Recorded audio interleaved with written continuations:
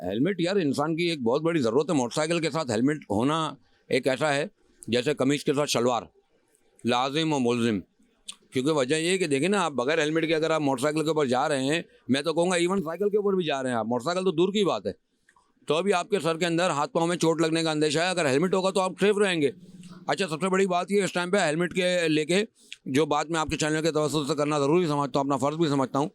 बात ये कि लोकल मैन्युफैक्चरिंग के अंदर हेलमेट ने इस वक्त एक बहुत ज़बरदस्त कामयाबी हासिल की है, मैं कहूँगा अबूर हासिल किया है, जिसमें इसने चाइना की इंडस्ट्री को बीट कर दिया।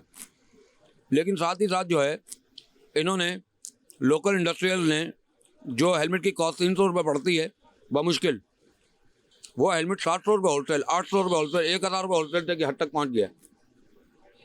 ये देखें, ये रात में मौजूद है, ये लोकल हेलमेट है, लोकल मैन्युफैक्चर है। अच्छा, चाइना के बिल्कुल चाइना की कॉपी बनाया हुआ है लोकल मैन्युफैक्चर ने, और इसकी होलसेल ने 800 रुपये रखी हुई है।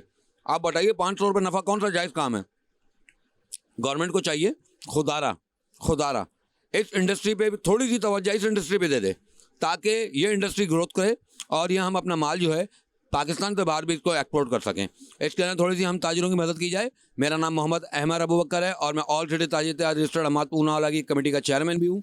मैं गवर्नमेंट के उससे आपसे आपके चैनल के तवज्जुह से अपील करना चाहूँगा पुरजोर तरीके से कि कराची के ताजिरों को, बिलखुसूस हम जैसे ताजिरों को जो काम करना चाहते हैं, उनको इस शहर के अंदर इंडस्ट्रीज़ लगाने का मौका दिया जाए, छोटे छोटे इस तरह के प्लांट्स लगाने का मौका दिया जाए, ताकि हम लोग दुकानदारी की सोच से आगे मैन्युफैक्चरिंग की सोच की तरफ कौम को लेके जा सकें। देखिए जी, इस वक्त तकरीबन मैं आपको बता रहा था कि लोकल हेलमेट्स ही बन रहे हैं टोटल। ये भी एक लोकल ब्रांड है जो मुश्किल 350 रुपये होलसेल में बन रहा है, लेकिन इसकी होलसेल भी इसने कम वक्त ने 850 रुपये रखी है। मतलब मुसलमान अपना नाम मुसलमान भूल चुका है। इन गवर्नमेंट को चाहिए कि इनको मुसलमान बनाए, इनके रेट तयन करे, एक नफ़े की हद मुकर्रर करे।